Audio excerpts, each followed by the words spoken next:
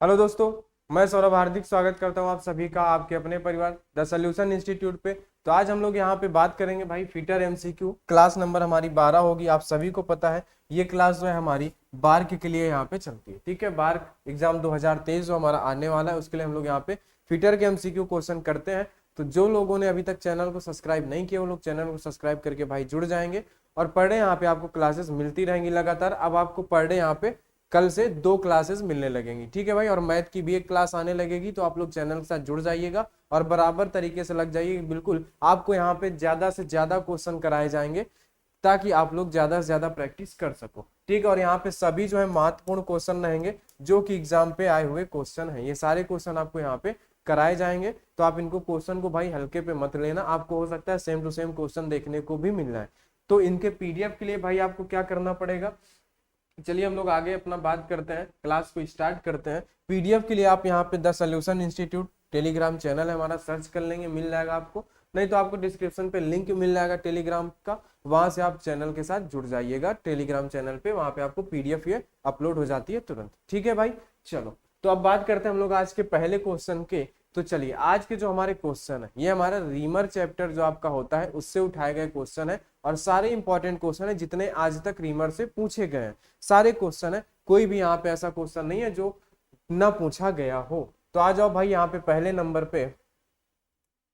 Number वाले question पे सभी लोग बात करेंगे कि भाई निम्नलिखित में से कौन सा बहुबिंदु कर्तन टूल्स यानी कि मल्टीपल पॉइंट कटिंग टूल्स। बहुबिंदु का मतलब क्या होता है, मल्टीपल। ठीक है, मल्टीपल कटिंग पॉइंट। ठीक है, मल्टीपल कटिंग पॉइंट जिसका प्रयोग पहले से बनाए गए छिद्र को अल्प मात्रा में किंतु उच्च श्रेणी की विशुद्धता यानी कि उच्च श्रेणी की शुद्धता के साथ बड़ा करने के लिए किया जाता है ताकि किनारे चिकने रहें। यानी कि जो ड्रिल किया गया रहता है अगर उसको कुछ बहुत बड़ा करना पड़ जाए चिकनी सतह के साथ तो आप किससे करते हो, ये आपको यहाँ पे बताना है। और बिल्कुल सिंपल है, बिल्कुल सिंपल है जो इसका आंसर होगा। सभी लोग बताएंगे, आप पहले से हमारे आंसर बताने से पहले आप लोग गेस कर लिया करो ताकि आपको गलत सही का अंदाजा लग सके। तो यहाँ पे क्या होगा भाई, यहाँ पे होगा हमारा रीमर। ठीक है, पहले क्वेश्चन का आंसर हमारे पास क्या होगा, रीमर होगा। इसलिए क्योंकि यहाँ पे हमारा ये क्या करता है भाई, जो हमारा ड्रिल होता है उसको परिशुद्ध सतह में थोड़ा सा बड़ा करने के लिए किया जाता है। बहुत नहीं कि भाई 10 mm का ड्रिल है हम उसको 20 mm कर ले, नहीं, थोड़ा बहुत 0.8 mm से 0.15 इतना आप कर सकते हो, ज्यादा नहीं कर सकते हो। ठीक है भाई, बात समझ गए। ठीक है, चलिए जो हमारे पास रफ रीमर होगा ना, जो हमारे पास क्या होगा, जो हमारे पास रफ रीमर होगा इससे आप कितना कर सकते हो, 0.1 से आप 0.15 mm तक बड़ा छेद कर सकते हो।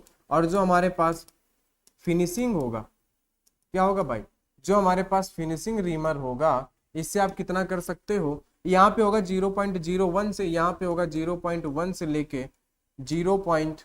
ठीक है 8 mm तक होगा। ठीक है, इसको आप लोग यहाँ पे कर लेना। ठीक है भाई, बात समझ गए, इतना है जो आप यहाँ से कर सकते हो। ठीक है, बात इतना समझ गए, 0.1 से 0.15 तक आप कर सकते हो, फिनिशिंग के लिए 0.1 से 0.8 mm तक आप कर सकते हो। चलो आ जाओ दूसरे नंबर क्वेश्चन पे कि भाई वर्क पीस की चिकनाई और सटीकता के लिए ड्रिलिंग या बोरिंग के बाद की जाने वाली प्रक्रिया हमारी क्या होगी, रीमिंग होगी। भाई रीमर है, जो रीमर जो प्रक्रिया करेगा वो क्या कहलाएगी, रीमिंग कहलाएगी। ड्रिल जो प्रक्रिया करता है उसे ड्रिलिंग कहते हैं, है ना। ड्रिल हमारा एक टूल होता है और वो जो घूम के जो कटिंग का कार्य करता है उसको हम लोग ड्रिलिंग कहते हैं। तो रीमर जो हमारा एक टूल होता है, लेकिन यहाँ पे क्या बोला, चिकनाई और सटीकता के लिए ड्रिल या बोरिंग के बाद की जाने वाली प्रक्रिया क्या होती है, तो रीमर के द्वारा की जाने वाली प्रक्रिया रीमिंग होती है। बात समझ गए भाई, आ जाओ यहाँ पे तीसरे नंबर क्वेश्चन पे आ जाओ। एक हैंड रीमर एक मशीन रीमर से कैसे भिन्न होता है, ये बता दो। एक हैंड रीमर जो है वो मशीन रीमर से कैसे भिन्न होता है, ये आप सभी को यहाँ पे बताना है कि भाई एक हैंड रीमर जो है ये मशीन रीमर से कैसे होता है।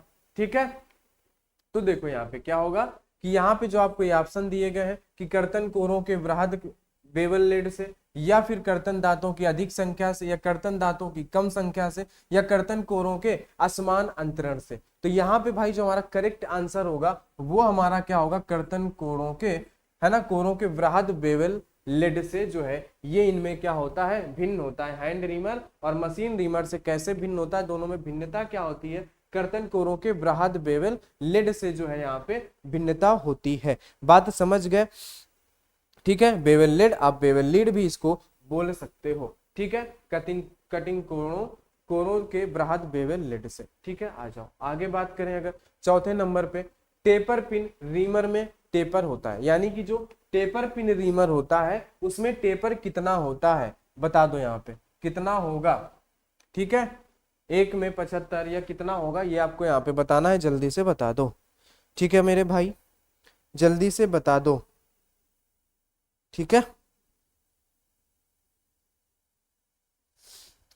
ना। यहाँ पे देखो 20 में 1 होगा या क्या होगा, 75 में 1 होगा या 50 में 1 या 100 में 1, क्या होगा टेपर पिन रीमर में टेपर क्या होगा ये आपको यहाँ पे बताना है। तो आप बताओगे कि भाई टेपर हमारे का होता है 1:5 का होता है, हमारा कितना होता है 1:5 का होता है, कितना होता है 1:50 का होता है, 1:50 का है जो हमारा यहाँ पे होता है, जिसको आप क्या बोलोगे 50 में 1, 1:50, ठीक है। इतना टेपर होता है। आगे आ जाओ 5वें नंबर पे कि 12 मिलीमीटर व्यास के रीमर में मृदु इस्पात का छिद्र बनाना है।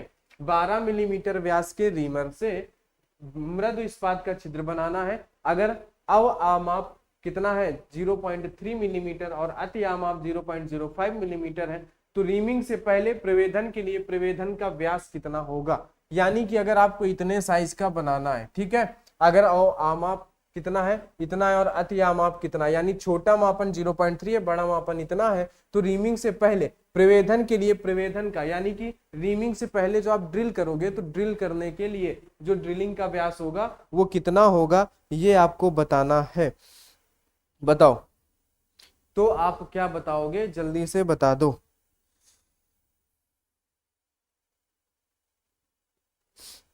बोलो, ठीक है। यहाँ पे आपके पास क्या होता है, यहाँ पे आपके पास फार्मूला हो जाएगा कि रीमर का साइज माइनस, ठीक है, यहाँ पे हो जाएगा कि अंडरकट हो जाएगा, क्या कर सकते हो आप यहाँ पे आप अंडरकट और प्लस का ओवरकट, क्या कर सकते हो ओवरकट। इस फार्मूले का आप यूज कर लोगे, इस फार्मूले का यूज करके आप क्या करोगे आंसर दे दोगे, रीमर का साइज माइनस, है ना, अंडर साइज और ओवर साइज, है ना। कट की जगह आप अंडर साइज भी लिख सकते हो, यहाँ पे इसकी जगह आप साइज भी लिख सकते हो, क्या लिख सकते हो साइज भी लिख सकते हो, और यहाँ पे आप साइज कर सकते हो, ठीक है। तो आपको यहाँ पे बताना है, तो आपको 12 मिलीमीटर व्यास के रीमर, है ना, कितना है रीमर का व्यास, आपका रीमर का साइज कितना दिया है 12 दिया है, माइनस अंडरकट कितना दिया है, अंडरकट ये हमारा 0.3 प्लस ओवरकट यानी अपर कट कितना दिया है 0.05, ठीक है। आप क्या करोगे 12 माइनस, इसमें से आप जोड़ोगे तो कितना हो जाएगा 0.08, बोलो इतना हो जाएगा। अब आपको क्या करना है 12 में से इसको घटाना है, 12 में से कितना घटाना है 0.08 को घटाना है, ठीक है। आ जाओ यहाँ पे आपको 12.00 कर लो और 0.08 आपको माइनस करना है, 10 में 8 जाएगा आपके पास 2, यहाँ पे बचेगा 9 और यहाँ पे बच जाएगा 11, यानी 11.92 mm है क्या कहीं पे 11.65 यहाँ पे आ रहा है मेरे भाई, 11.92 होना चाहिए, यहाँ पे कितना होना चाहिए 11.92, है ना। एक सेकंड, यहाँ पे हम लोगों ने कुछ गड़बड़ किया क्या, यहाँ पे हम लोगों ने इसको जोड़ने में गड़बड़ कर दिया है, जोड़ने में यहाँ पे हमारे पास क्या आएगा, हम लोग इसको जोड़ेंगे 0.3 पे 0.05, है ना, पॉइंट कितना जोड़ेंगे 0.05 को हम लोग जोड़ेंगे तो कितना आएगा, है ना 35 आएगा, 0.35 आएगा, कितना आएगा 0.35 आएगा। अब आप 10 में से 5 जाएगा 5 बचेगा, है ना। अब यहाँ पे 9 में से 3 गया 6 बचा, और यहाँ पे 11.65, है ना, मिलीमीटर आ जाएगा, 11.65 मिलीमीटर आपके पास आ जाएगा। तो ये फार्मूला आप याद रखना, रीमर का साइज माइनस अंडरकट प्लस ओवरकट, और ये आपके पास आंसर निकल के आ जाएगा, ठीक है। आगे क्वेश्चन की बात करें, 6वें नंबर का आंसर जो है आप सभी लोग बताओ कि भाई 6वें नंबर का आंसर क्या होगा। पहले से परिवेदन छिद्रों को बहुबिंदु कर्तन उपकरण के द्वारा यथार्थ आकार में बढ़ाने और परिष्करण करने की प्रक्रिया, देखो सेम वही चीज है, बिंदु कर्तन उपकरण के द्वारा बहुबिंदु कर्तन यानी मल्टीपल कटिंग, है ना। उसके बाद क्या है, आकार को यथार्थ आकार में बढ़ाने और परिष्कृत करने की प्रक्रिया हमारी रीमिंग कहलाती है ना। छिद्र वर्धन यानी छेद को बढ़ाना, यानी वो प्रक्रिया क्या कहलाएगी हमारी, वो प्रक्रिया आपकी कहलाएगी रीमिंग। क्या कहलाएगी मेरे भाई, वो प्रक्रिया कहलाएगी रीमिंग। ठीक है, बहुत ही सिंपल क्वेश्चन है और बहुत ही छोटा, बहुत ही सिंपल क्या है चैप्टर, और बहुत ही छोटा चैप्टर है। आपको यहाँ पे कोई दिक्कत नहीं होनी चाहिए, आराम से आप इसको कर ले जाओगे। ठीक है, चलो आगे आ जाओ। 7वें नंबर का, निम्नलिखित में से कौन सा कर्तन औजार छिद्र को यथार्थ संपूर्ति और बढ़ाने हेतु प्रयोग किया जाता है। आप बता दोगे रीमर। क्या बता दोगे, आप बता दोगे भाई कि हमारा आंसर यहाँ पे क्या हो जाएगा, रीमर हो जाएगा। क्या हो जाएगा, रीमर हो जाएगा। ठीक है, 8वें पे आ जाओ। निम्न में से किसे रीमर के इस्तेमाल के द्वारा नहीं किया जा सकता है। ठीक है, बताओ निम्न में से किसे रीमर के इस्तेमाल के द्वारा नहीं किया जा सकता है। देखो, छेदित किए गए छिद्र की सफाई हम रीमर के द्वारा कर सकते हैं।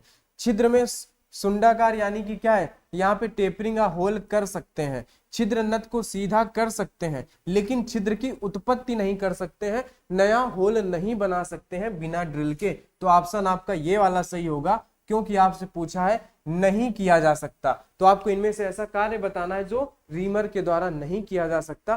तो आप नया छेद जो है रीमर के द्वारा नहीं बना सकते हो, यानी छेद की उत्पत्ति नहीं कर सकते हो। बात समझ गए। 9वां नंबर, एक छिद्र के विवर्धन एवं परिसज्जन की प्रक्रिया को क्या कहते हैं। एक छिद्र के विवर्धन एवं परिसज्जन की प्रक्रिया को क्या कहते हैं। विवर्धन और परिसज्जन, यानी परिसज्जन का मतलब उसको सजाना, यानी उसकी साफ सफाई करना। विवर्धन मतलब उसको बढ़ाना। विवर्धन मतलब क्या होता है मेरे भाई, उसको बढ़ाना। तो बता दो आपके पास विवर्धन मतलब क्या हो जाएगा, बढ़ाना। परिसज्जन मतलब सजाना, है ना। जैसे आप बोलते हो ना, साज सज्जा कर लो, परिसज्जा यानी अधिक से अधिक ज्यादा सजावट कर लो, तो वो क्या हो जाएगा, रीमर हो जाएगा, रीमिंग हो जाएगी। वह प्रक्रिया क्या होगी, रीमिंग हो जाएगी। ठीक है भाई, बात समझना। बहुत ही छोटा चैप्टर है, वहीं से आपके पास घुमा फिरा के देखो, क्वेश्चन की लैंग्वेज सिर्फ बदल रहा है, आपको लैंग्वेज को समझना है और आंसर देना है। बात समझ गए। आ जाओ 10वें नंबर में, बहुत ही कम क्वेश्चन यहाँ से पूछे गए।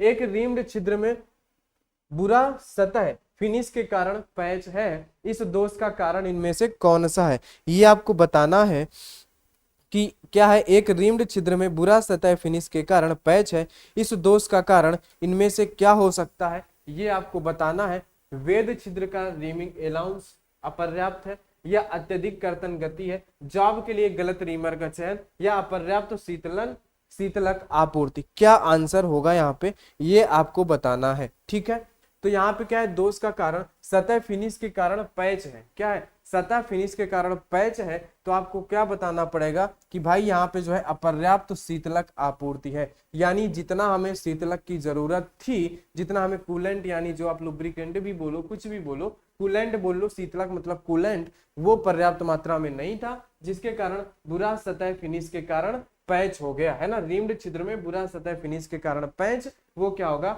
शीतलक की कमी के कारण, यानी पर्याप्त मात्रा में शीतलक की आपूर्ति नहीं हुई, इसकी वजह से।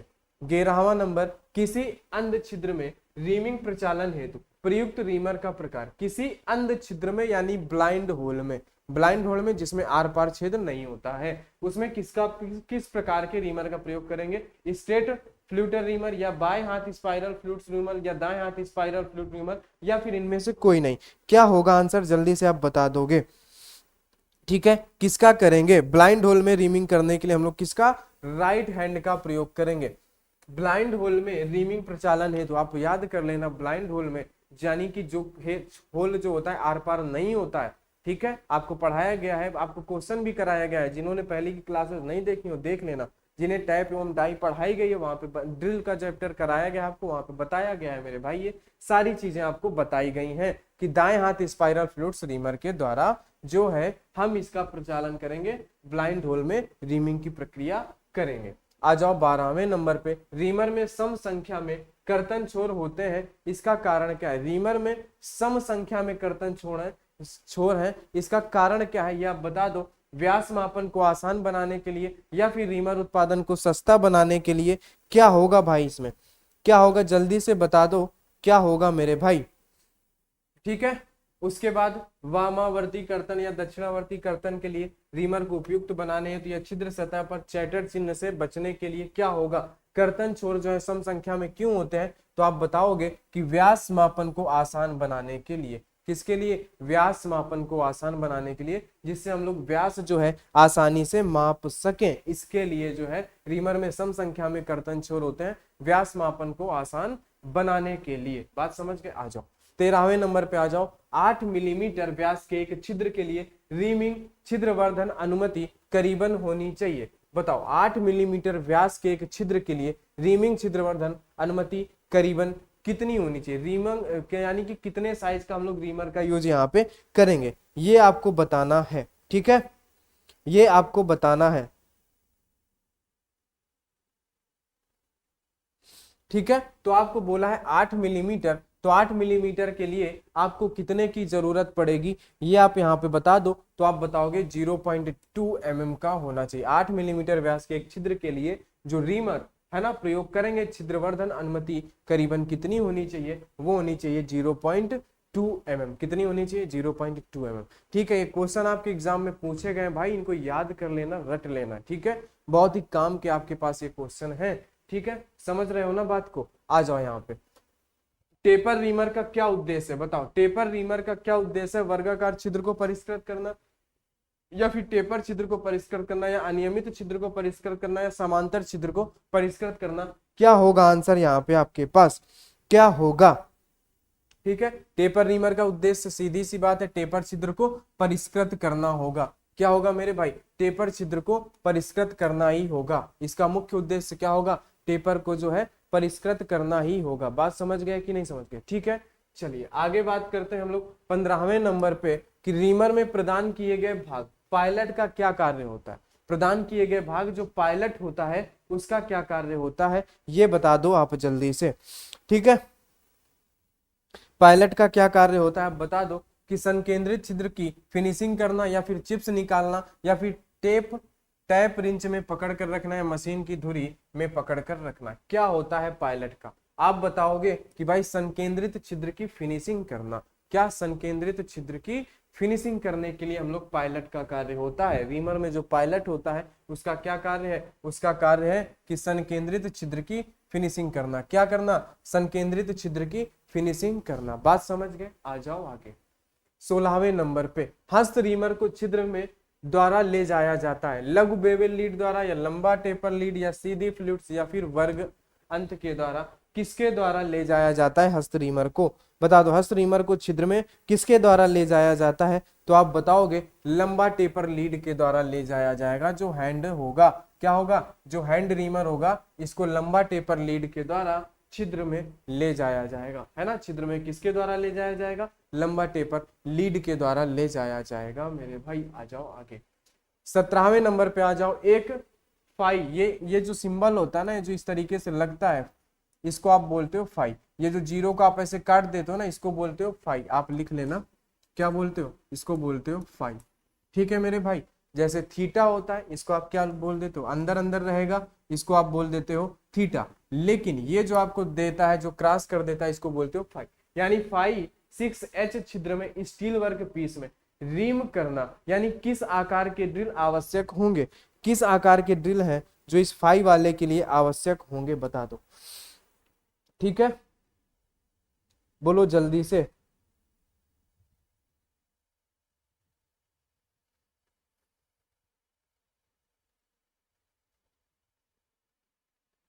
बोलो, बता दो। देखो आपके पास यहाँ पे फिर वही होगा, किस आकार के ड्रिल आवश्यक होंगे। जब भी ड्रिल का आकार पूछेगा आप यहाँ पे लिखोगे रीमर का साइज। क्या लिखोगे? रीमर का साइज माइनस, यहाँ पे क्या लिखोगे? अंडर साइज, प्लस यहाँ पे क्या लिखोगे? Over size. Under cut, under size और ओवर साइज। ठीक है, बस इतना लिखोगे आप। और ये जो अंडर साइज, जो ओवर साइज होते हैं, इनकी एक सारणी होती है, वो आपको पढ़नी पड़ेगी थ्योरी पे। ठीक है, यहाँ पे वो नहीं पढ़ाई जा सकती है। रीमर का साइज आपको दे दिया है 6 mm, है ना, 5-6 दिया है। अंडर साइज कितना है? अंडर साइज इसके लिए आप लोगे 0.2 mm, और ओवर साइज लोगे 0.5 mm। कितना लोगे? 0.5 mm। इनको जोड़ के आप घटाना है। क्या करना है? 0.2 mm और 0.5 mm लोगे, है ना। 0.2 mm और 0.05 mm लोगे इसके लिए, 0.05 mm आप इसके लिए लोगे। कितना लोगे? 0.05 mm आप इसके लिए लोगे। तो आप यहाँ से क्या करोगे कि भाई 6 mm माइनस का आप इसको जब जोड़ोगे तो 0.25 mm आएगा। क्या आएगा? 0.25 mm। अब इसको आप घटा दोगे कितने में? 6 में घटाओगे, कितना घटाओगे? 25 घटाओगे, 10 में से 5 जाएगा 5, 9 में से 2 जाएगा 7 और यहाँ पे बचेगा 5, 5.65 है ना। कितना बचेगा? 5.75 जो है आपके पास आएगा, जो कि लगभग आप कितना लिख सकते हो? 5.75 के करीब क्या है? देखो 5.7 तो है नहीं, 5 जा रहा है तो आप इसको 5.8 लिख सकते हो लगभग। क्या कर सकते हो? 5.8 लगभग आप इसको लिख सकते हो। ठीक है, ये जो चीज ली गई ये एक सारणी होती है जिसको आपको थ्योरी पे देखे होंगे, आपने आपकी बुक पे दी हो गई, वहां से आप पढ़ लेना। ठीक है, ये किसके हिसाब से? रीमर के साइज के हिसाब से होते हैं। अंडर साइज और ओवर साइज ये रीमर के साइज के हिसाब से होते हैं। जैसे यहाँ पे 6 mm का था तो हमने इतना लिया, अभी जो हमने पीछे किया था 12 mm के लिए, उसके लिए कुछ दूसरा था, तो उस हिसाब से हम इसको करते हैं। ठीक है भाई, चलो आ जाओ 18वें नंबर क्वेश्चन पे कि होल को फिनिश और बड़ा करने के लिए कटिंग टूल का प्रयोग करते हैं, तो वो होता है रीमर। होल को फिनिश और बड़ा करने के लिए किसका प्रयोग करते हैं भाई? वो होता है हमारे पास रीमर। बहुत ही आसान था। 19 नंबर का आंसर बता दो जल्दी से, आपके पास क्या होगा? रीमर को फिनिश्ड छिद्र में हमेशा हटाया जाता है। ठीक है, बोलो। रीमर को फिनिश्ड छिद्र में हमेशा हटाया जाता है। कैसे कैसे होगा? तो आप कैसे हटाओगे? ड्रिल दबाव को हटाकर। किसको? ड्रिल दबाव को हटाकर। कैसे? ड्रिल दबाव को हटाकर आप करोगे। किसे?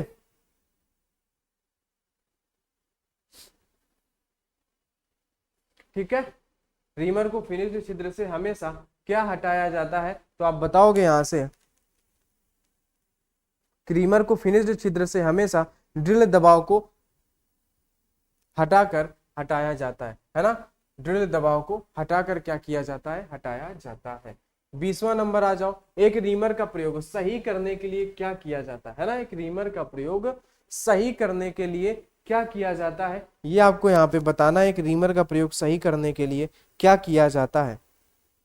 ठीक है, एक रीमर का प्रयोग सही करने के लिए छिद्र का आकार और गोलाई, है ना। एक रीमर का प्रयोग छिद्र का आकार और गोलाई सही करने के लिए किया जाता है। किसके लिए? एक रीमर का प्रयोग क्या सही करने के लिए किया जाता है? तो छिद्र का आकार और गोलाई सही करने के लिए रीमर का प्रयोग किया जाता है। आ जाओ 21वें नंबर पे। ड्रिलिंग के बाद क्या होता है? ड्रिलिंग के बाद रीमिंग होती है। क्या होती है भाई मेरे? ड्रिलिंग के बाद क्या होता है? तो आप बताओगे ड्रिलिंग के बाद हम लोग रीमिंग करते हैं। ठीक है,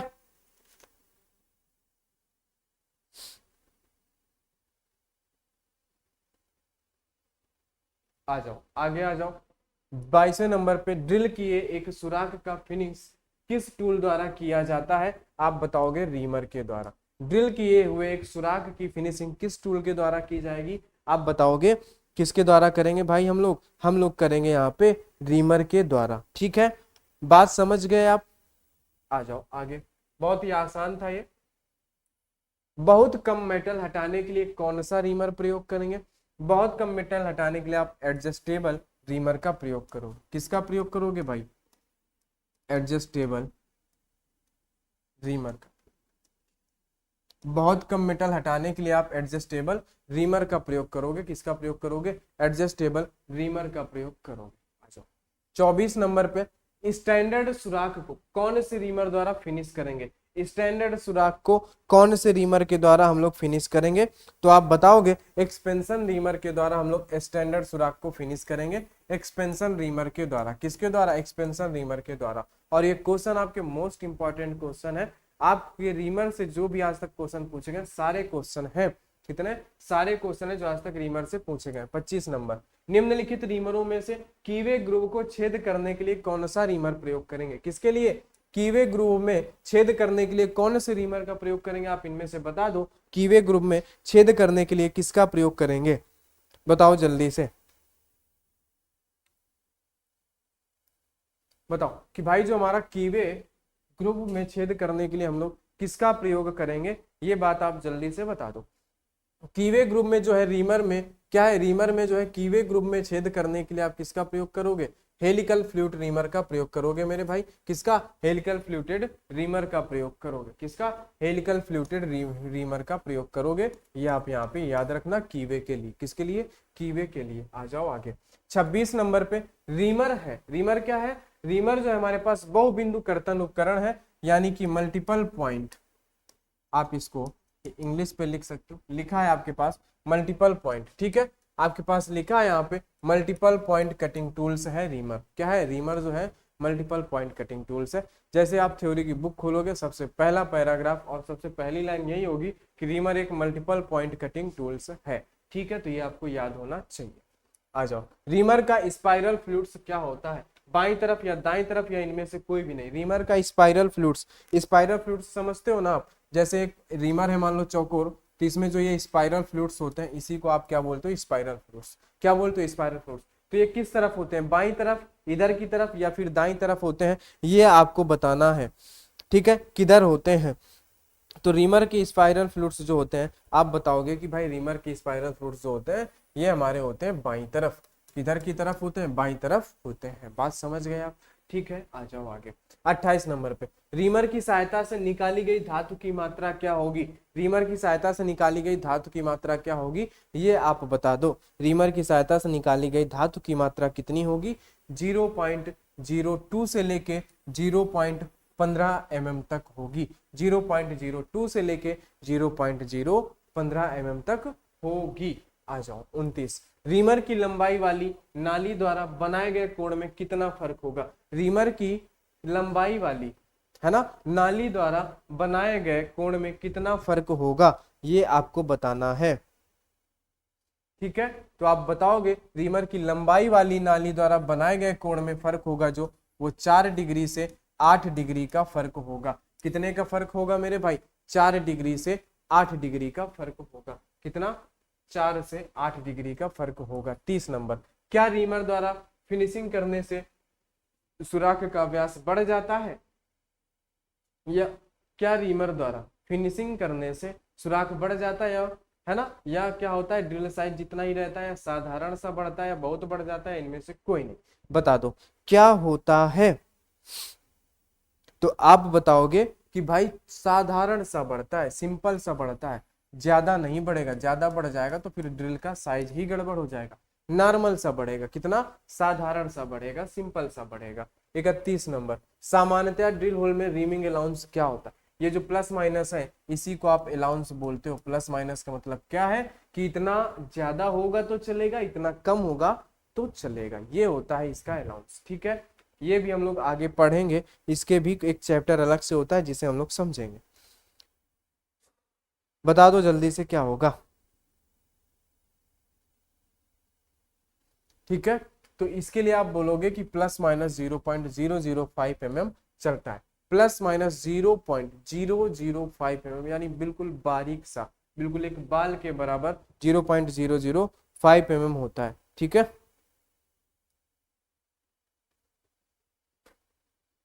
बात समझ गए? आ जाओ आगे। आगे आ जाओ भाई 32 नंबर पे। कहाँ पे? आगे आ जाओ भाई 32 नंबर पे। एक रीमर के सिरे का टेपर कोण कितना होता है? बताओगे 45 डिग्री। कितना होता है टेपर कोण?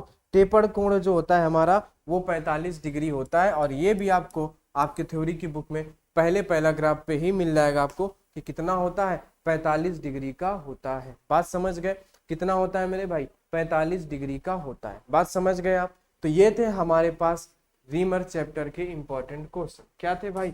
रीमर जो हमारे पास चैप्टर था इसके इंपॉर्टेंट क्वेश्चन थे। और ये क्लास जो है हमारी पर डे चलती है, और कल से आपको पर डे 2 क्लासेस मिलेंगी 50-50 क्वेश्चन की। ठीक है, अगर जिस चैप्टर में 50 से कम क्वेश्चन है उतनी, यानी पर डे आपको चैप्टर वाइज यहाँ पे चल रहा है ना, आपको बताया नहीं जा रहा, लेकिन सारे आप देखोगे, जो भी आप क्वेश्चन देखोगे यहाँ पे सारे क्वेश्चन आपको चैप्टर वाइज ही मिलेंगे। यहाँ पे सारे क्वेश्चन जो है वो रीमर के ही कराए गए हैं। किसके कराए गए हैं? रीमर के ही कराए गए हैं। इसी तरीके से आपको हर एक चैप्टर के पूरे क्वेश्चन इंपॉर्टेंट आपको कराने की यहाँ पे कोशिश की जाएगी। ठीक है भाई, तो बात आप समझ गए। तो आप चैनल के साथ जुड़ जाइएगा, और आपको यहाँ पे मैथ भी कराई जाएगी। बेसिक मैथ आती है आपको, 1-1 घंटे में 1-1 चैप्टर कराया जाएगा। आप बेफिक्र रहना, उतना आपके लिए सफिशिएंट रहेगा। ठीक है भाई, तो चलिए आज की क्लास में इतना ही। मिलते हैं हम लोग यहाँ पे नेक्स्ट वीडियो पे। वीडियो पे लास्ट तक बने रहने के लिए सभी का बहुत बहुत धन्यवाद। और आप पीडीएफ के लिए आप टेलीग्राम चैनल है जो हमारा, उसे आप ज्वाइन कर लीजिएगा। इसका लिंक आपको वीडियो के डिस्क्रिप्शन पे भी मिल जाएगा। और जो भी आपके दोस्त लोग तैयारी कर रहे हैं उनके साथ भी इसको जो है शेयर कर दीजिएगा। ठीक है दोस्त, तो चलिए आज के वीडियो में इतना ही। आगे हम लोग मिलते हैं नेक्स्ट वीडियो पे।